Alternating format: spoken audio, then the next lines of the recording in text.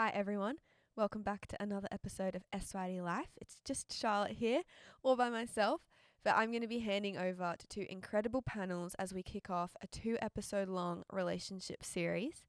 We're going to have one for the guys, one for the girls, and the heart behind this is that we want to learn and get some great insight and wisdom into how to date well, how to be single well, and how to be married well. So we've got an A-list group of people coming up. I'm really excited for you all to hear about it. This was one of the topics that we constantly get asked about, so I'm sorry that we've had to wait until the end of the year to get to it, but just wanted to make sure that it's a really great couple of episodes. So please enjoy, please share with your friends. Please let me know if you have any other questions or anything that you want to discuss in the future. I'm really excited for what we're about to step into, and enjoy.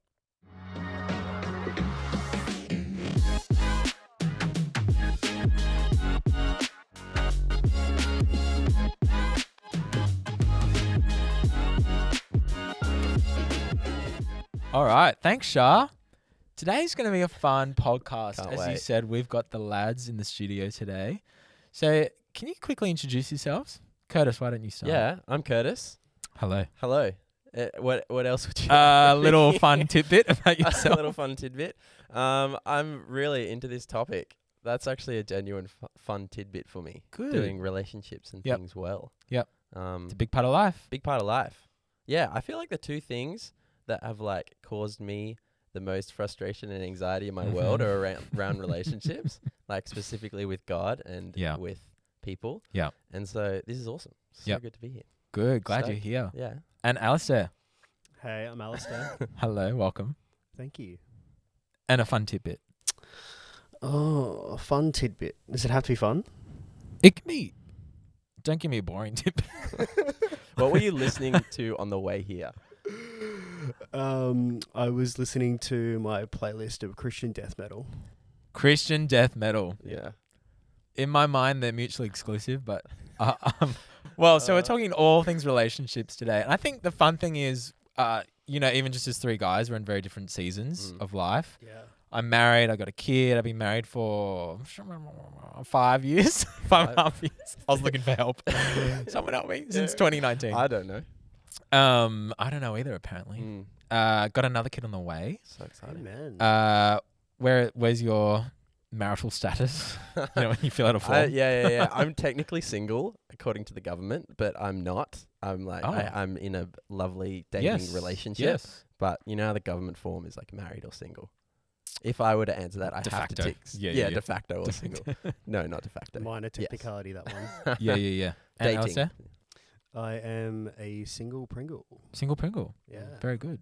Mm. Ready to Kringle around Christmas. Yeah. I don't know. Anyway, let's do a hard segue into the first question. Hectic. And thanks for writing these in. These are people who we kind of did like an Ask Me Anything moment for these. And we've got a ladies podcast coming out next time. So Wow. fear not. Can't wait. But the funny thing is, I kind of think for women, this might actually be insightful to, hear what happens in our minds. Totally. So the first one is, what pressures do guys face when it comes to being in a relationship? It's a great question. Curtis. I reckon doing things perfectly. Mm-hmm. I think that's not just Christian guys. I think all guys Yeah. really want to do things really well Mm. in all parts of their life. And I think that includes doing a relationship. And Yeah. it's very easy, I found, to you can limit a relationship to just a thing to succeed, like a pressure Right. to succeed this thing. Right. And that can get really rough. So I'd say just doing things perfectly. Yeah. Yeah. Wanting to do things really well. Yeah. Yeah. And giving it space to be like it's not perfect. Yeah, exactly. And it never will be No, because it's two people. exactly. And there should be healthy pressure. There actually should be a pressure Mm. that we face in these contexts to do Mm. things well. If there was no pressure, then the relationship would mean nothing, or these things would mean nothing to us. Right. Like So if there's no stakes on it. If there's no stakes Yeah. on it, Yeah. if your relationship means nothing, then the stakes should be nothing. So there should be an element of pressure to it. Yeah. But I think just this raw desire that we have to get it perfect, I think is a pretty big pressure for dating. I don't know what do you think, Alistair? Yeah. Oh, I think the main pressure for single guys is the pressure to be in a relationship. True. I mean, we live in a society Yeah. that defines your value and your identity by your sexual identity, right? And so I'm a single Christian man, which means that I am celibate at this time, and that doesn't work in our society at the moment. It's true. If you look at a lot of the advertising or movies or just social media, you could be tricked into thinking that being in a relationship or being sexually active is life's greatest goal. Yeah. And if you're not doing either of those things, then you're missing out. Yeah, exactly. Is that true though? No. No, not at all. No. I mean, not- you're the not married in the one. slightest. You're married. So you tell us. Oh, Yeah. sex is good, but if that becomes the goal of life, the pressure you put on sex is going to be so unhealthy. And also, like, Jesus died a 33-year-old virgin. Yeah. So it can't be the be-all and end-all of our existence. It can't at all. Yeah. I also think I've been reading this amazing book called Theology of the Body. Yep. And they were kind of talking about how it's not that sex has been undervalued. It's not that it's been overvalued in our culture, as in like it's emphasized everywhere. It's actually undervalued. Like it's given too much. It's cheapened. It's cheapened. Right. It's so cheapened because it's this incredible picture of Christ's love for the church and for people. And when it's taken and just treated like it's nothing, that's like the saddest thing. It is sad. So, okay, so shifting gears slightly, dating. So people who do want to be in a relationship and are hopefully approaching it from a healthy point as well, where it's not I'm doing it because I feel I have to do it. What's some like what's a good approach to ask a girl out? Like what's, maybe give me some blunders from the past. Where's it worked? Where hasn't it worked? Oh dear. You go, Alistair. Well, my immediate reaction is directly, Yes. because I don't do subtlety well. That could Okay. be my tidbit. Yeah, so be straight up. Yeah. So like, But hey, I think it's more about like Yeah. intentionality, Yes. rather than being blunt. Hey, I like you. Okay, Mhm. well, slow down, tiger. Mhm. But no, but be intentional about it. Yeah. Like if you're asking someone out on a date, let that be clear that it's a date. I think there's nothing worse than the ambiguity. Oh, hey, do you want to hang out? Bruh, 'Cause that can be yeah. so misinterpreted, Yeah. and it has been. And then you fall in a situation where, okay, one of you thinks something's going really well, and the other's like, oh, yeah, you're my mate. yeah, that's good. I agree. think when I chat to friends who are girls, probably like one of the biggest feedback they give me is like, guys, just being vague. Yeah. It's like, what is this? Mm. Are you just chatting to me, or are you Totally. wanting to see where this goes? Call a date a date. Call a date a date. Yeah. And Call a stone a stone. and I also like the thought of like just keeping it in the light. Yeah. Like again, chatting to friends who are girls about when they kind of get the ick or get a bit like, oh, what is this? A bit like that. It's thing, even like practical things like a guy will message them like late at night or something, Yeah. and it's like on Instagram or something. Like, Mm. I think how you set out to do it in the first place Sure. really sets the tone. It's a great point. So yeah, what about you, Mm. Curdy? I agree with Alistair. Be clear. Do it nervous. Do it nervous. Yeah. When Where you go, Owen? Where you go? Literally, who I'm currently dating, Yeah. I was literally like shaking. Like I could feel my hands Wow. like shaking. That's cute. And man. I like High stakes. I like whispered. It was What? really weird. Shit I to was lean like- in. She's like, what? No, I was like above her on a staircase, and it was like a bit awkward. Or power move. Yeah, so Yeah, yeah. I was trying to create that dynamic Power from the pose. start, exactly. But like, I just did it nervous, and Yeah. because like we're not stupid. Like Mm. people start to get vibes. Like I knew, Mm. I thought she was interested, Mm. and so they're gonna say yes, hopefully. Which I love the do it nervous thing because I don't know. I think a lot of guys would hide behind social media or Instagram Mm. Yeah. because you can control your appearance. But I think there's something beautiful about being vulnerable and being kind of like, which is the risk, right? You can be rejected. Yeah. How have you guys dealt with, or have you dealt with rejection? Look, I found the no very helpful Mm-hmm. because it means that, okay, so you got to think for someone and you ask them out and she says no. Yeah. And you go, okay, great. I know where to put you. I put you in the friend box. Yeah. I can deal with these emotions. Yeah. And then every time we're hanging out, I'm not thinking about this thing on the side. I can actually be present in the moment in a friendship. Because you know it's not So- going to happen. Yeah. Yep. So in that respect, Yeah. I do like it. Yeah. At the same time, it kind of sucks. Yeah. And by kind of, I mean very. Yeah. Which I think is a normal response Yeah. to rejection. Because you're having some hopes Totally. crushed. Rejection. Rejection. It's not good. Rejection sucks. Yeah. But it's a part of life. But it makes you Yeah. stronger. It makes you stronger. It makes us stronger. Curdy, any rejection I stories? think, like you were saying, hiding behind social media, I probably did Mm. that, but in real life, like I hid behind like people that I knew Yeah. who knew the feelings of that people before I would ask them out. Yeah. Like, so I was kind of already aware that there was some reciprocal feelings. So I don't know. I don't know about rejection there. That's amazing. You just never been rejected. Well, because I've always done the scouting first. It doesn't mean that No, he's irresistible. not at all. I'm just just hidden behind other people's, gather the intel Bro. first. I don't think that's bad. Means But you're like not just I've never blindly shooting. I've never Just never let's just knock got- on every door until I get a yes.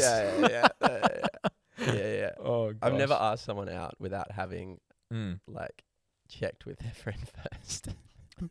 Yeah, but which Ooh. friend do you go for? The bestie. Yeah, the close friends. That's actually a good strategy. Well, they're gonna know that person way more than you. Yeah. Yeah, right. I don't know. How much have they given on? Have they been like, yeah, It's go been for very helpful. Yeah. Oh, okay. Yeah, for sure. Write this down, lads. Right. Okay. So keeping on the rejection thing. So what about when you're broken up with? You've been in a relationship and when that ends?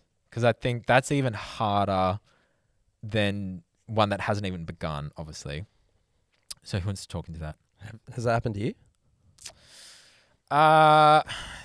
Before being with my wife, I dated a girl in year 11, but it was the stakes were so low on that relationship.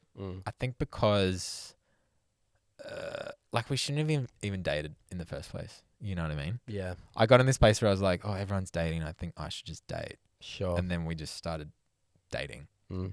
And then it kind of just fizzled out, and we just kind of mutually were like, yeah, there's nothing really. So Thumbs down. thumbs down. And then I went on like a few dinners in between that, and then started dating my now wife.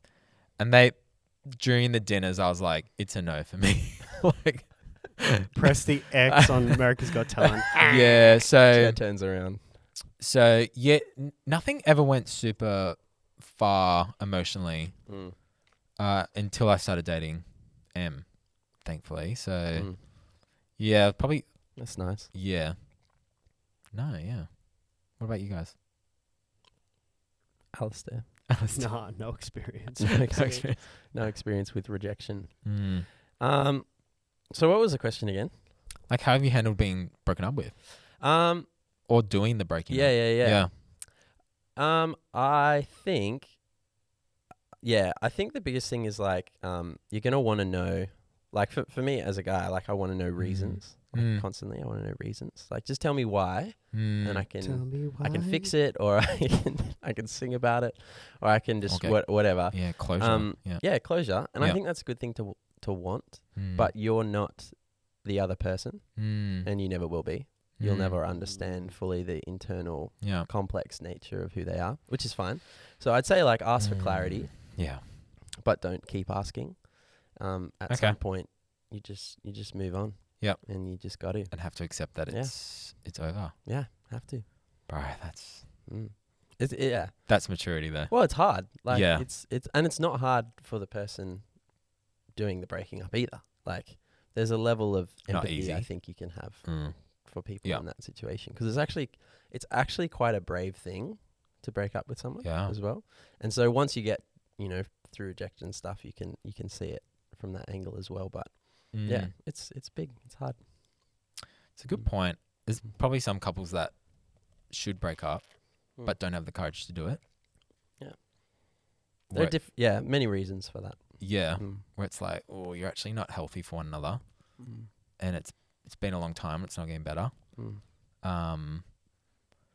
So yeah, it's time to kind of cut it off. That's why you need to date in a community. Like, and so something like church, dating in a church environment, although it's tough because we're all around each other, dating in a community is really important because it means you have multiple people looking in on your world instead of just your close, intimate, personal partner who's going to be on your side, and he's going to be biased and all that kind of thing, which I'm sure we'll get into at some point about confession and needing accountability and that kind of thing.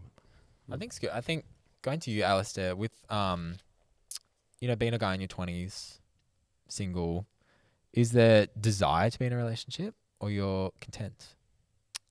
Yeah, that's something I've been journeying with actually since I left Bible college in 2019.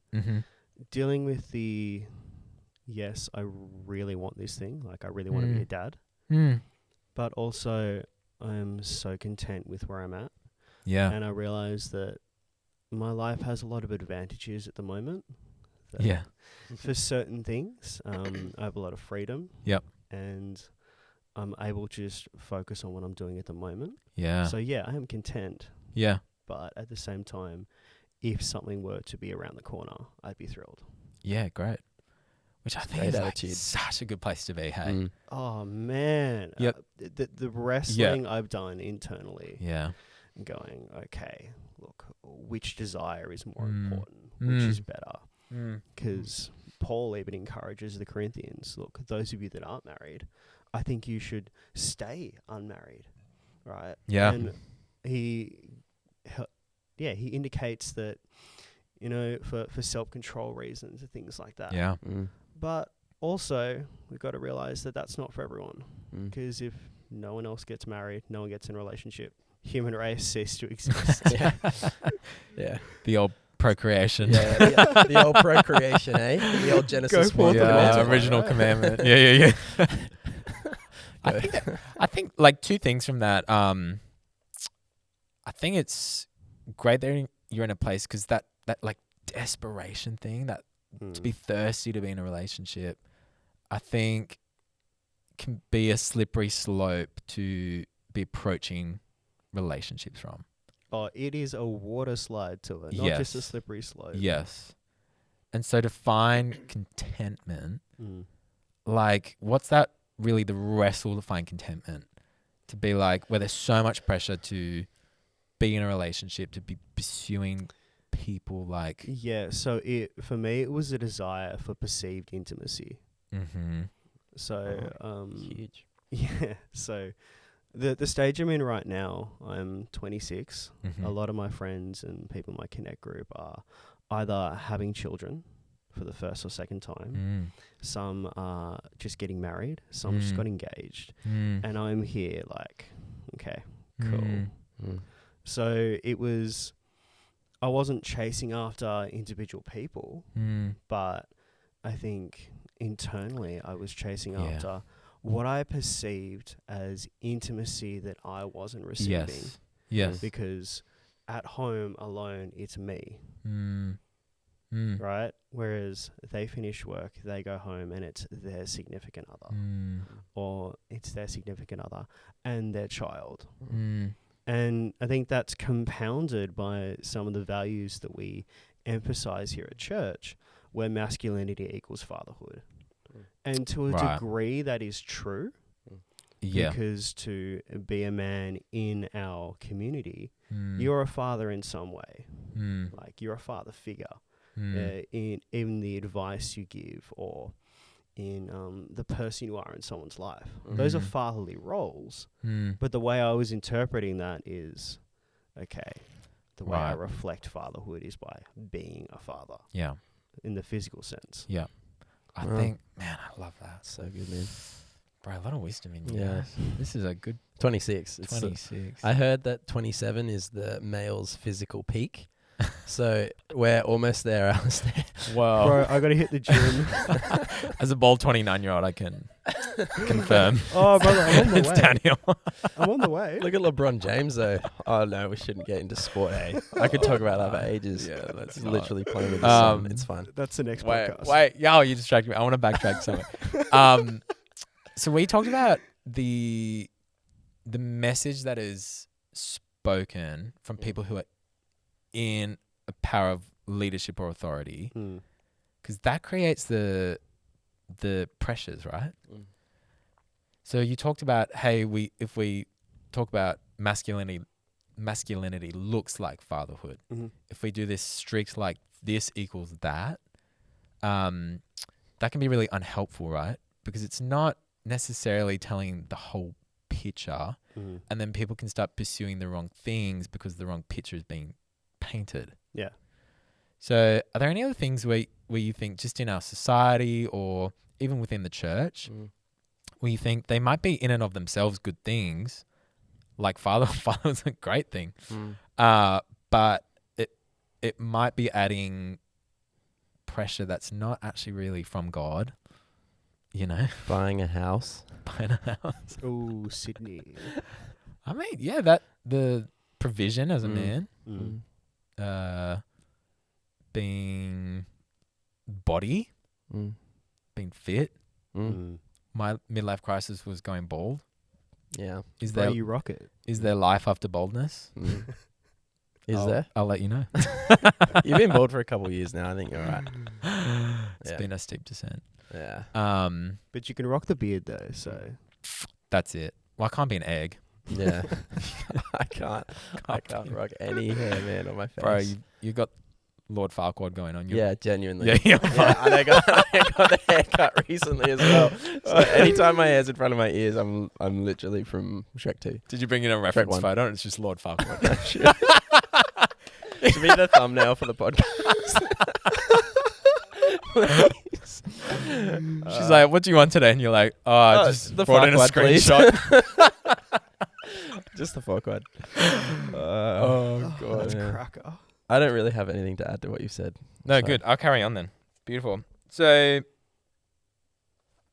what have been some of the biggest obstacles you've faced in maintaining a relationship? It's one thing to start it. Yeah. Like communication, and it's very silly because it's the most cliche thing in the world. But it's cliche for a reason, I think. Because I'm very much like I love to keep the peace. Okay. Like, I like to make sure peacekeeper. Yeah. I find I've often found conflict as like a threat to a relationship Okay. rather than something that will be good for it. Yeah. And so learning to communicate well and like make Yeah. sure that we're like prioritizing Yeah. like your feeling and what you're thinking at the expense of peace for a second is has been a big obstacle for me. I mean, that right there could save a lot of relationships. Mm. Because I think, if you're avoiding conflict, Yeah. you're going to Good conflict as well. good conflict. Yeah, there's like shouting at your partner conflict, Yes, which is not unhealthy. good conflict. You might be getting at an issue, but you're Yeah. doing it terribly. And So so the message won't yeah. get across anyway. So how do you have good conflict? I think you got to be sensitive.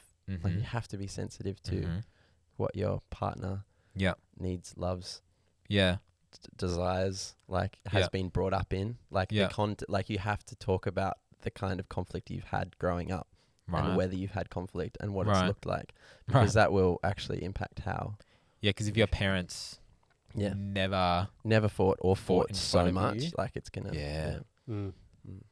Very true. Mm. That's good, man. Mm. Alistair, any thoughts? Yeah. Well, on what Curtis said, like the Bible says, iron sharpens iron. Right? Mm-hmm.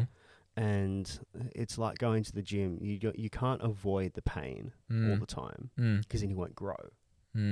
But at the same time, if you're in a relationship like ones that I've been exposed to, where it's not, let's get through this thing, it's let's tear you down, that is critically unhealthy. Yeah. Gosh. So you've experienced that in a relationship? Not in it, but that was the family environment I grew up in. Okay. Yeah. So that was a very, very unhealthy relationship. And then coming into the church environment, I had to learn that, okay, that's not how you go through conflict with someone. You have to understand what they're saying. Yeah. And, okay, it's going to hit you in a personal way. Yeah. But also they've said what they've said. They've done what they've done for a reason. Yeah. And understanding where they come from, using a bit of that epistemic humility, seeing how they got to their conclusion, actually helps the end result be something that's healthy and a ground that you can step up onto and move on from. Yeah. Rather than just a battleground. Battleground. Oh, what's that song? Love always feels like a battlefield. That one? Battlefield. Love is a battlefield. Jordan Sparks. Jordan Sparks, yeah. Guy Sebastian. Both. I think it was a... Wow, he's won international I debut. met Guy Sebastian. Wow. Yeah, he was... With the fro or without the fro?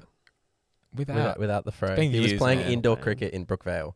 No. Yeah. No joke. Like 15 years ago, I rocked up and he was just there playing cricket. And I got, you're like, my idol. I had his little EP and I got it signed. Well, no. Yeah. Wait, you like carried around his EP? Well, no, CD, bro. I had a CD. Did you know he was going to be there? No. No, he had his Walkman. And I was like watching the cricket. And you just happened to have a... No, I walked, sorry, my house is very close. I walked back in context is king, my friend. I was like, you just lugging around your Guy Sebastian CD 24/7. I have just like a vinyl that I just carry around. Bro, some people have a Gideon's Bible. Yeah. He's got Guy Sebastian CDs. Oh my gosh. Yeah. That's good. Yeah, it's a bit of a flex. It's very good. Is it? Apparently not. Okay, so let's talk milestones. So, relationships, they're meant to progress, right? So what are some milestones in relationships when kind of indicators where you think, okay, it's time to kind of go to the next stage? Maybe it's from dating to engaged to married. I'd love to hear from you, Tyler. Married to having kids. Ooh, okay. As the man that's gone all the way. All the way. I could die now. Happy. Okay, so some milestones. So thinking... Like, how did you know that you wanted to propose? Ooh, okay, so...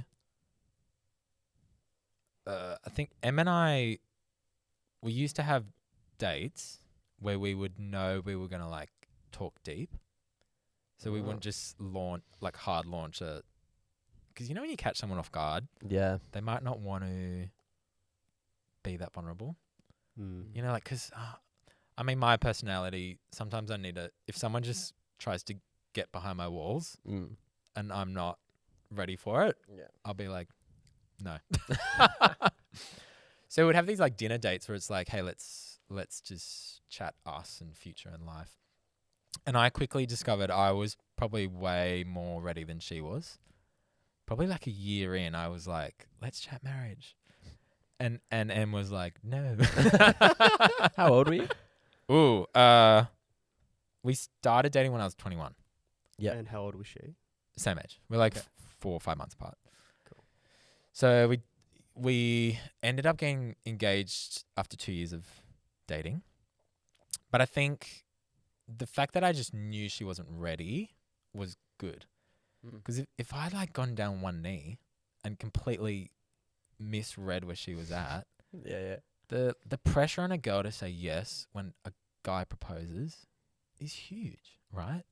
So I was really glad, like at the time I was a bit like, ooh, okay, we're really not in the same place. But ultimately it was way better that I just knew where we were at. And I kind of was like, okay, I'm just going to pull back a bit. Let's just date. Let's just keep it fun and light. And then in a few months, let's kind of broach the subject again. And we kind of just did that to the point where her answers slowly started going more like, oh yeah, like, you know, I'd think about it, to the point where I was like, okay, I think she's ready, you know. So I think that's kind as well to do that. Yeah, to I was going to say. Yeah, to not put her in a really tricky situation, because getting engaged is a very public affair. So you want to be ready. It's apart from having kids, it's the biggest kind of life decision you're ever going to make. So you want to be in a good place.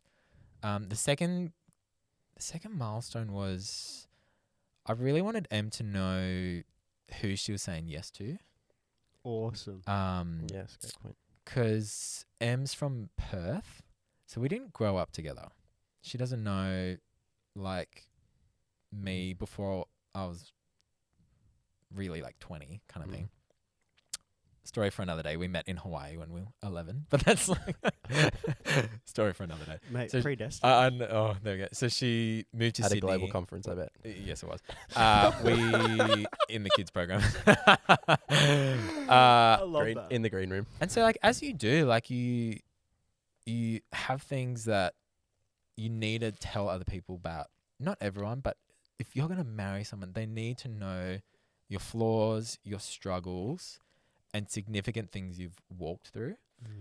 And so I remember, like, 2 big occasions, we kind of sat down and I was just like, here's, like, everything. Everything I've been through, everything I struggle with. And that took a lot of courage for me, because I think I'm better with being vulnerable now. But at the time, I cared so much about the relationship. And the talk of, like, the high stakes. Yeah. It felt like I was putting my heart on a platter and Could be rejected. I was like, I was ready for it to be stabbed. Yeah. You know? But the motivator for me was I want you to know me. Like, I want to be known by you. Yeah. Because when I do propose and you say yes, I want you to know who you're marrying. Yeah. And to fully say yes. Isn't that like, sorry, just to interrupt, isn't that the most amazing picture of like how Christ approaches us? Like, well, like, he doesn't, like, in this beautiful picture of what marriage is, of this joining of God, of Christ with the church. Like, he's not joining a church that has it all together. No. Like, that was never what it was about. So we don't need to hide it. We don't need to hide it. And like, what I've found, just to add to that, is like, when you share your heart with someone, they often are like, just so, they feel so privileged to be let in to see another side of, you know, what other people actually don't get to see. So it's beautiful. And vulnerability begets vulnerability. Yeah. Big time. Like, you can't ask someone to be vulnerable if you're not vulnerable. And someone has to start. Great point.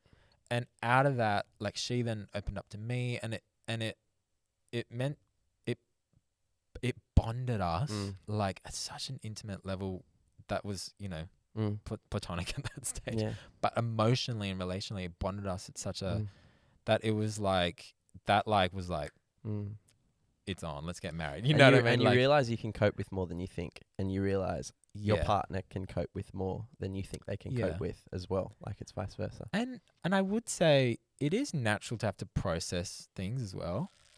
To go, ooh, okay, I'm finding this out about you, because you know, people are complex, and so when we find out a new facet of them, it's like, ooh, okay. But then you can grow grace for that. You know, you can grow, like, okay, and bring that whole person in. But I think the consequence of not being vulnerable with your girlfriend, or like, and if you do get married, it then turns into a secret, and then it can compound, and then it just gets ugly. Yeah, what's hidden in the dark is left to fester. And it festers. Yeah. And it can kill. Yeah. Or just, you know.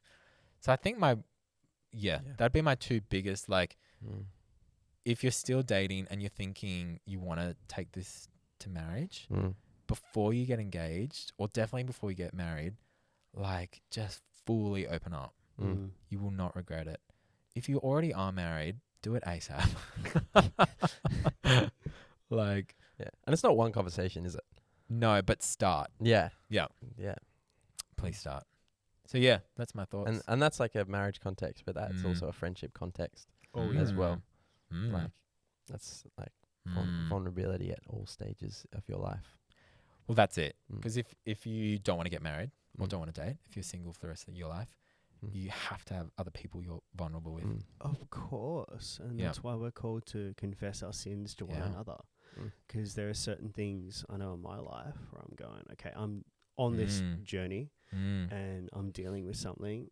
And I think, I don't need to tell anyone. The Lord knows. He sees it. I've repented.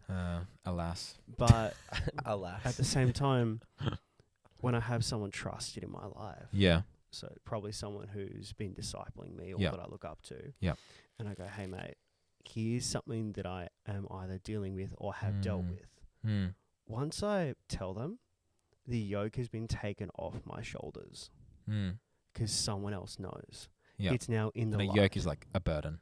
Yeah. Yep. Yeah, big time. Yeah, and I just want to clarify on that. It's not like you start dating and get married and you no longer need mateship. Oh, of course. If anything, Mm.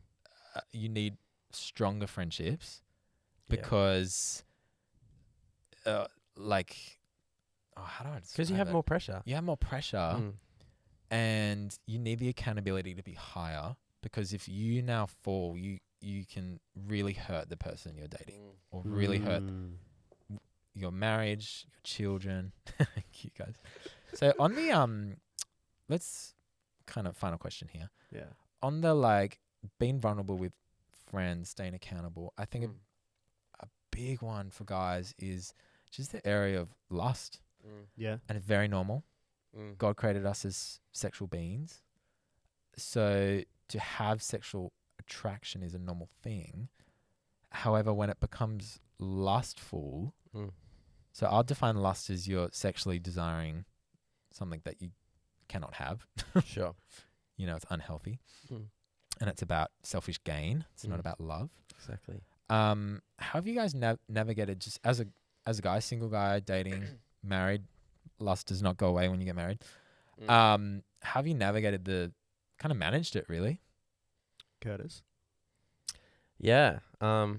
Such a good question. And And I think like we don't need to pretend like sexual desire is not a thing, and like we don't have it. Eunuchs. Yeah. And I was told this metaphor from a friend of mine, like fire is meant for a fireplace, right? But if you take fire out of a fireplace, the fire doesn't become evil. Like it's not like the actual thing starts becoming evil. It just starts doing what it's not meant to do, which it's uncontained and it spreads. But sexual desire is always good. It is always good, right? It's the context that we cultivate kind of around it, right? And so something that's been really helpful for me has been with like an accountability setting and confession is not about, I'm not being accountable to rules, like, you know, did I not do this? Did I do this? It's being about accountable to like a vision, right? So it's like replacing rules with like a vision of sexual purity, right? It's like, what do I want to do in this relationship? Do I want to produce this or do I want to produce that? And sometimes that has been like just a wildly more helpful way of going about it than being like, okay, like I've got to be out in 4 minutes and I've got to make sure I'm, you know, not doing this, not doing that. It's like, okay, like when I'm picturing this person, you know, how am I seeing her? How am I loving her? What is this producing in her as well? Am I taking from her or am I giving? Like how am I setting her up for a win? And so it's literally just flipping it from rules to like having goals. So I found that really helpful. I love the goal. I think and I think it'd be helpful to share the goal with the person you're dating. Yeah. Because totally. If you're not on the same page about like your sexuality or sex or the goal around that, it's going to be very hard to maintain any goal that you have. That's a great point. And I remember when Em and I started dating, I just felt the need to kind of communicate. And we were just driving one day and I was like, oh, look, like wherever this goes, you know, because it was early days, so who knows? I just want to be clear that like I want to honor God. I want to honor you. And so, you know, we won't have sex. We won't do anything other than some schmoochies. Schmoochies. And I think just like communicating it kind of broke the awkwardness or any questions around it. But also it was like, okay, it's clear what I want. Exactly. It's that intentionality that you began with. And to say what I want under a sober mind. Yeah. Because when you get heated, what you actually want can go out the window very quickly. Totally. So when I'm in a sober mind, like I'm not, you know what I mean by heated. Yes, we all have imaginations. I was like, what's a good word for this? Hit. You said hit or heat? Heated. Heated. That this is the vision I want for this relationship, my sexuality. Then it's not like I'm not making decisions when it's on. You know what I'm saying? So to wrap it up, guys, from this whole thing, I mean, we could have talked for hours. But what's one thing you want people to really kind of take away from this, wherever they're at in life? I think what you were saying about intentionality, like treat dating seriously, treat being single seriously, treat marriage seriously. Every context needs to be treated with care. Yep. Yeah. I think if I could speak into anything, it would be the single men. Yep. And it would be that where you are being single is not just the step to the next thing. It is its own valued time in your life. Great. Like you should value the fact that you're single, not resent it. Not resent it. Yep. That's brilliant. Well, lads, thank you so much for coming on the pod. Thank you. Fun. Thanks for the wisdom. Thanks for the insight. So good. Looking forward next time to having the ladies in the seat, putting them in the hot seats. Yeah. We've got a special guest as well. Special guest. Special guest host, should Ooh. I say. Oh, Yeah. I'm going to have to tune in. Yeah, you will. Is it going to be a reactionary video to No. to this podcast? We'll be correcting everything. Well, guys, I hope this has been helpful. And this is another episode of SYD Life.